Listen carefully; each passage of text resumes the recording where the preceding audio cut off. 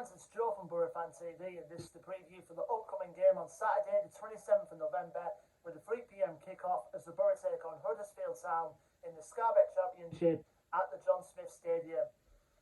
We're certainly another game to forget for us Boro fans, as we lost out, as we're now no wins in 5 now after the last game of the midweek. The 2-1 defeat at the hands of Preston North End at the Riverside. It was a frustrating result and a frustrating performance. I mean, second half performance at least. But first half, we started out really well. I mean, the old Boro cliche goes, we had a few chances which we never quite convert. And we did put away one of them with Paddy McNair scoring a header direct from a corner kick to make it 1-0 going into half time. And then second half again, we had chances, but we never took them. And we were punished for it towards the last 10 minutes of the game. Firstly, through Ched Evans grabbing an equaliser for Preston North End, and then, to be honest, it was the similar situation as the Millwall game. We could have easily had a decision going our way, but we never got it, and they went up the other end, and a sloppy mistake at the back from Saul Bamba allowed Emil Rees-Jacobson to grab the winner for Preston, and we just never recovered after that. I mean, it's one result where you just can't blame the manager. I think you have to blame it on the team. Because as Chris Wilder pointed out in his post-match press conference, there were too many players trying to be the star of the game in one single swoop. I mean, I'm not naming names, but I know a few players in particular that was the type that Chris Wilder was talking about. So I can imagine if they put up the same attitude like that again, I can imagine Wilder will probably ended up dropping them. So it's an uneasy situation. You know, we're going to this game 15th place in the league. And like I said, we've got no wins in 5 now. I think it's 3 draws and 2 defeats. So it's not very nice by any means. But we have to move on and we have to improve quickly going into the next couple of months ahead of the season. Now, obviously, no news on the injury front yet. I think we obviously know Matt Bowler's recovering now, and so is Dyke Steele. It's just a matter of both Grant Hall and Dale Fry trying to regain full fitness, even though I've heard it in training, they're both back on the grass, which is good to hear, but I think it's only light training they're taking at the moment. So, be interesting to see going into this game, down at John Smith's, if he's going to pick the same team, or will there be changes? Because by the tell from the last game, changes will have to be made if some players' egos have filled to the top of their heads, if you know what I mean. Going on to Huddersfield Town now, I mean, they're on a good run themselves. I mean, they're currently outside the playoffs at the moment in 8th place. The record going into this game is played 19, won 6, drawn 4 and lost 7.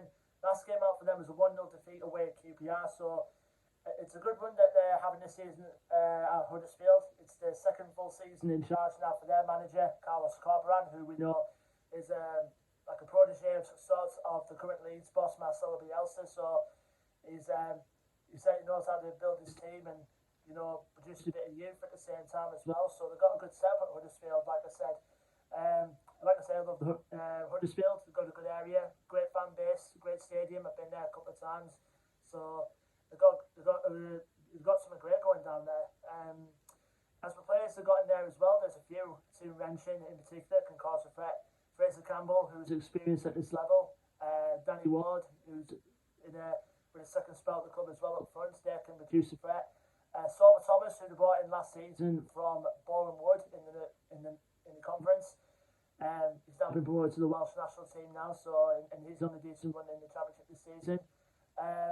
Darnell Solani as well, who's on loan from Norwich. He's been impressive as well for Huddersfield. Lewis O'Brien as well, the heart of their midfield.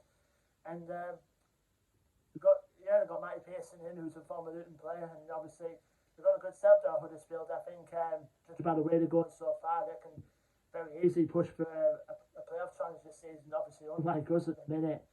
But they're a good side of Huddersfield. I mean, we had some good games against them in the past. And most the times I went to the John Smith Stadium, I mean, my record going there is 1-2 and drawn 1. The 2-0 victory which I went to, which obviously we had 2 shots all game, and we ended up winning the game, obviously with Adam Clayton and Emilio and Sue grabbing them goals. And then the other game I've been to was a goalless draw. I think it was the last away game I've been to before the start of the pandemic. But the last time we played Huddersfield was obviously back at the Riverside last season, where we grabbed a 2-1 win at the Riverside. They went in front, and actually they went in front in the first minute through Isaac and Benza, who's since left the club. But we managed to get two goals back in the first half to clinch the win through Duncan Watmore. I remember Duncan Watmore's goal was an absolute beauty, and then Ashley Fletcher converted from the penalty spot to make it 2-1. So, like I said, we've not won a game now in 5, so hopefully the perfect place to improve on is at the Johnston Stadium, even though we have a good record there. Considering we got beat there last season, we do have a good record down at Huddersfield, so we're just hopeful we can break this duck and hopefully improve in the coming months ahead, because it's getting pretty squeaky down there, I must admit, even though it's only getting towards the beginning of December, so we've got to improve massively. Anyway, leave me your thoughts and predictions in the comment section below, Boro fans. Don't forget to like, share and subscribe. Our social media links will be in the description below, and until then, I've been Joe from Boro Fan TV, and I will see you on the next preview video, which will be for the game on Saturday, December the 4th, as the Boro host Swansea City at the Riverside. Until then, take care, stay safe, and up the Boro.